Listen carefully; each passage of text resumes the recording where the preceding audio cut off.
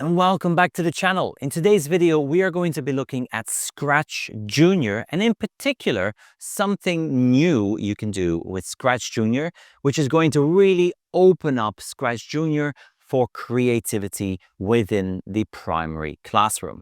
Now, if you are familiar with ScratchJr, you will know that it's a very easy to use platform with block-based language. Now, it's not quite Scratch with text. It is fully pictorial, and it is really targeting those reception year one aged children. It is for the younger ones way down in primary and incredibly powerful to introduce basic computational thinking skills. So let's have a look at ScratchJr. Now, I have ScratchJr open on my Mac, but this is available as an app in the App Store. So you can go ahead and download this. It is very easy to install. Now, ScratchJr will greet you with the following screen. We're going to click on Home because I am home, but if you are using this as an app on the iPad, you will also get the additional school option. You click that you're on school, and then you can jump right in. When you are on the home screen, you will see all the projects that you have worked on in the past. You also get an additional button, the plus button. This will let you create new projects. Now, for those of you that have used ScratchJr before, you will also notice there's a bunch of custom assets here that you can see currently on the screen, but you'll have to watch all the way till the end to find out. Let's go ahead and click on the plus icon, start a brand new project.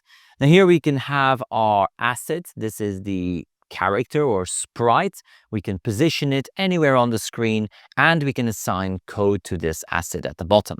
So for example, I'm going to select this control block, and this gives me all the control blocks available.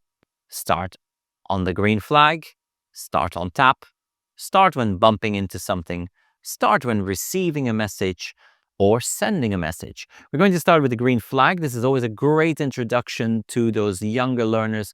When I press the green flag, all the sprites start moving, everyone starts moving forward. So we're going to go ahead and now add a movement block. This is under the blue tiles, and we're going to move to the right.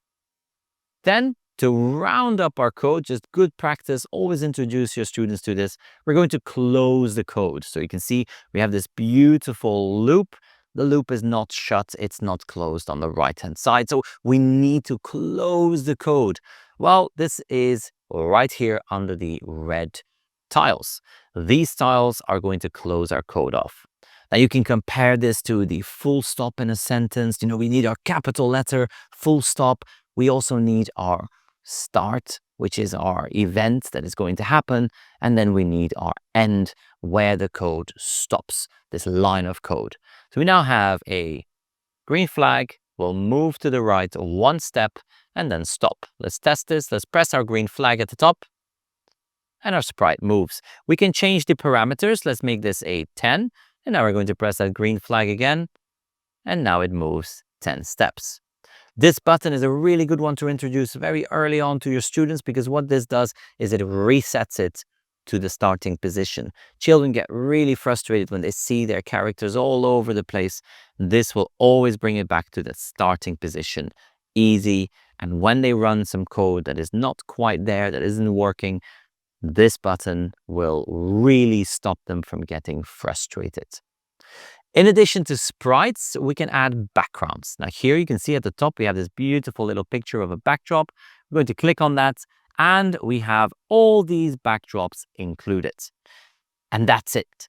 ScratchJr provides you with these backgrounds, nothing else. None of the other backgrounds that you saw before are available. For that, you'll have to watch the follow-up video, but you can also just simply create your own by painting here at the top using this paintbrush. This brings you into a basic vector editor. One thing that I do need to warn you about is that this has a lot of potential to waste your students' time, because many of your students love designing and drawing different backdrops.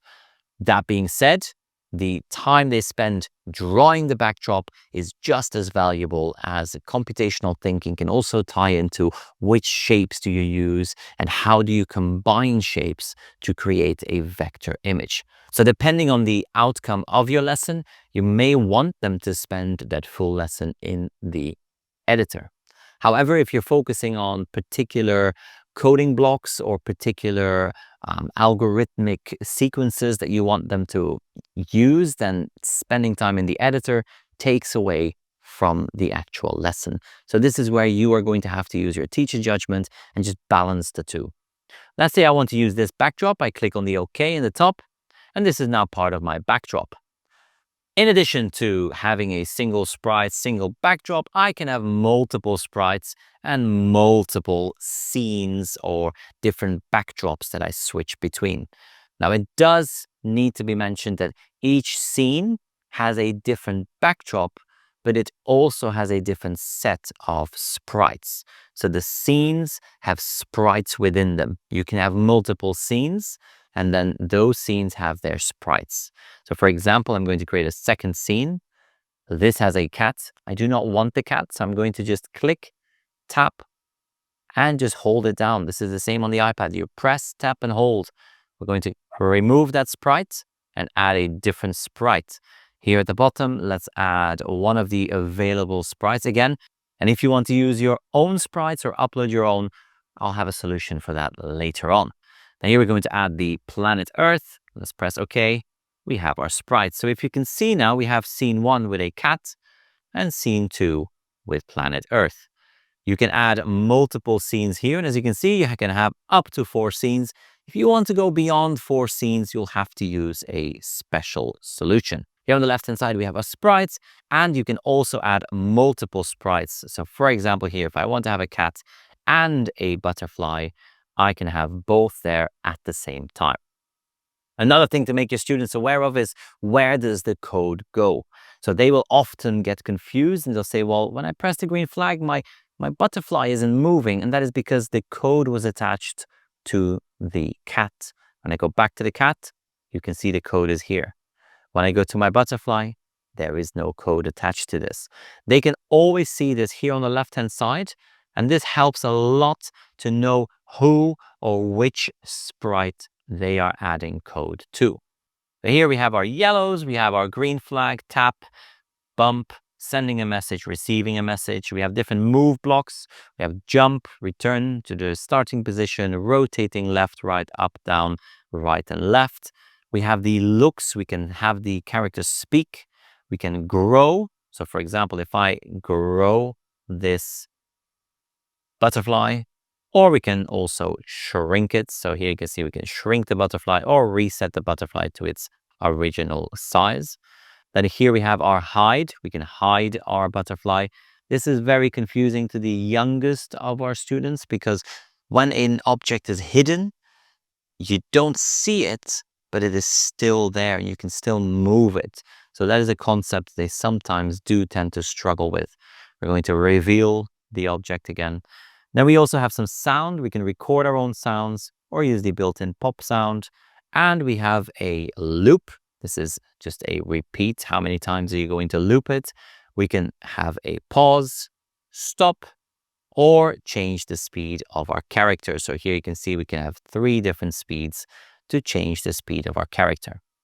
The end blocks, we have the stop, repeat forever. And then once you've got multiple scenes, you can also switch between those scenes using the tiles you see right here. This is ScratchJr. Now, I did promise at the start a special extra, and that extra is a piece of software website that I've developed to add custom assets into your ScratchJr project.